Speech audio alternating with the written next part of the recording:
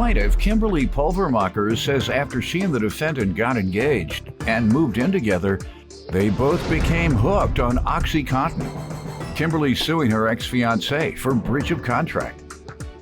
Defendant Mark Winters says he and Kimberly broke up after she cheated on him, and she ended up using heroin, got pregnant, and lost custody of her child due to the drugs. Mark insists Kimberly's suing for more than he owes. All rise. This court is now in session. The Honorable Judge Greg Mathis presiding.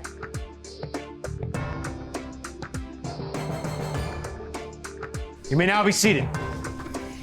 All right, ma'am, you're suing your ex-fiancé for $152 for a breach of contract? I am. Start with you.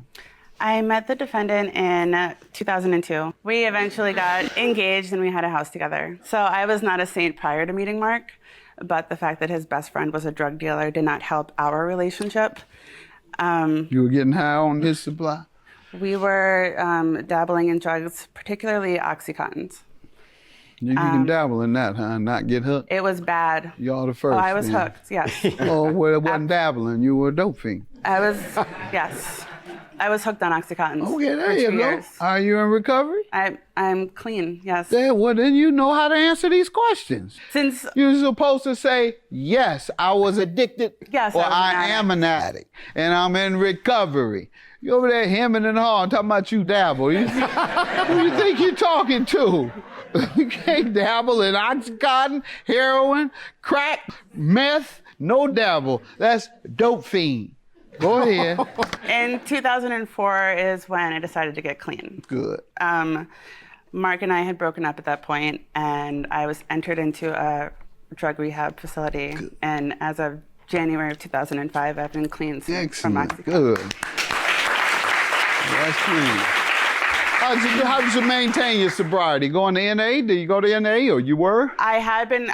It didn't happen the very first time I went to rehab. I've been in and out of rehab about 6 or 7 times. How many times did you go to NA immediately after rehab? I was court ordered at one point to go to NA. When did you go on your own to NA? In May of 2005. And that's when you kicked it. I kicked it actually before in January. But my point is, it wasn't until NA that it worked permanently, right? How many days did you go a week? 3 days a week. All right. So it takes that, wouldn't you agree? Right. To maintain, Absolutely. because folks come in here and they don't think It's that. a lifestyle They think change. they get out of rehab and that they're fresh and they don't have anything to worry about. Next thing you do, all they fresh is with a good high, good new high. That's the only thing fresh. Right. So NA, everybody, if you're trying to overcome these opioids, any of these other heavily addictive drugs, you have to follow up that rehab with NA classes. I've seen 1,000. I've put people in rehab. One very, very close individual to me, I put him in rehab 7 times. Wow. Before it worked. Others I know of 3, 4, 5, 6 times. Typically it was crack that flooded the cities in the 80s and 90s. So let me hear from you, sir. Give me some background. Like she said, we were engaged back then. We were using oxycontins. She did not break up with me for that reason. We actually broke up because she cheated on me with a bouncer at the local bar, who she then ended up doing heroin and stuff with, got pregnant, had the baby prematurely. She said she left you to get off oxycontin, and you saying, yeah, let her get off oxycontin and go to heroin. Correct.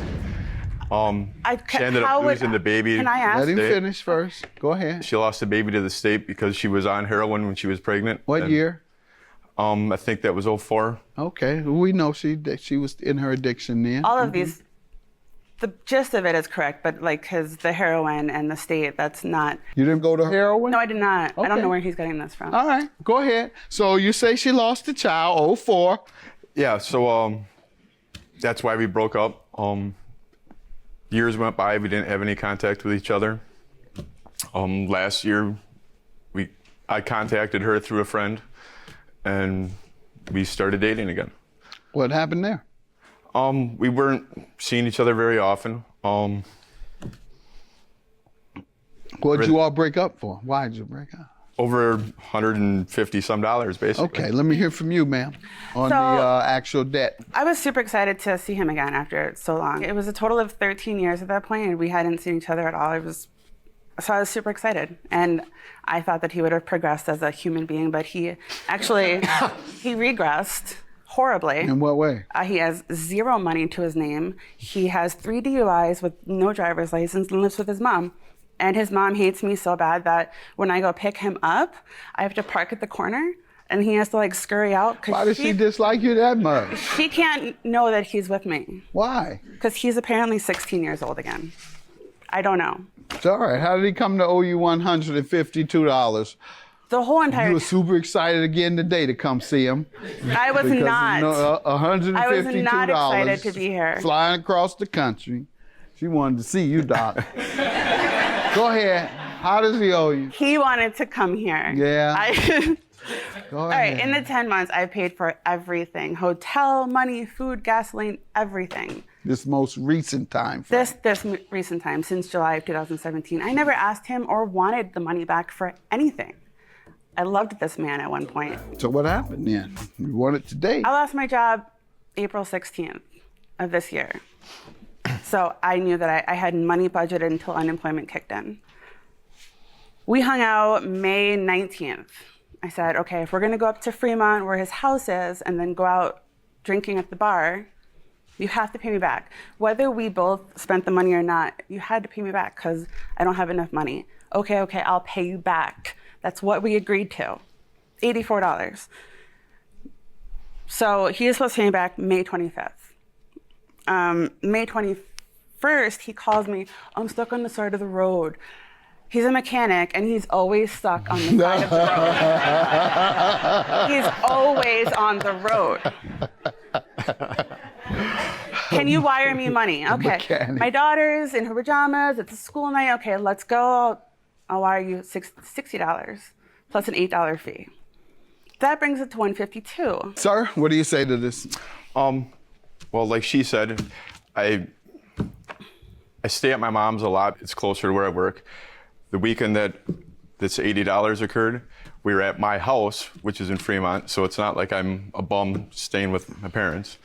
That night we went out.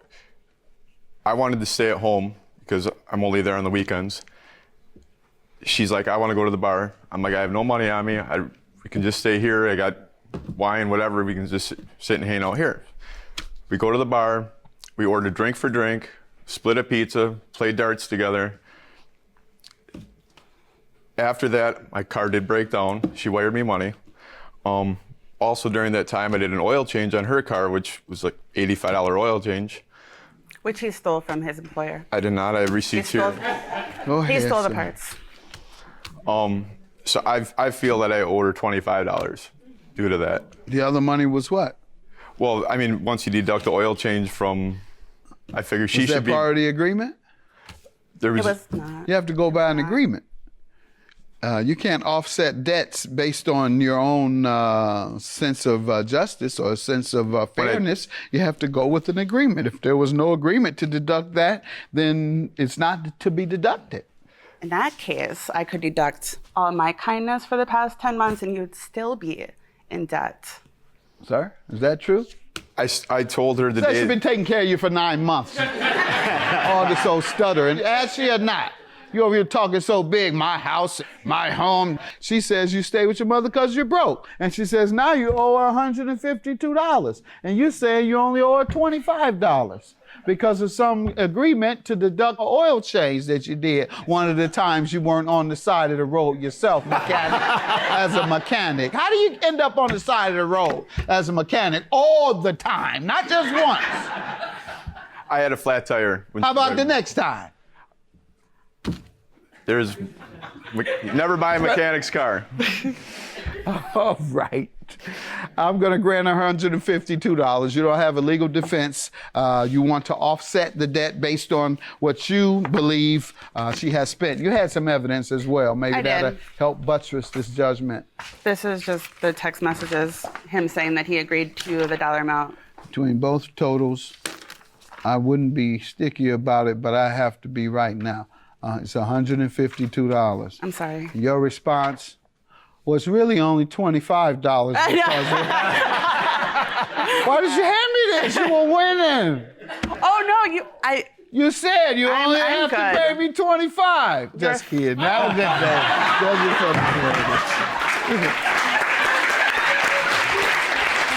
Just hope I don't ever have to see her again. It was worth it for $152. You're a bum.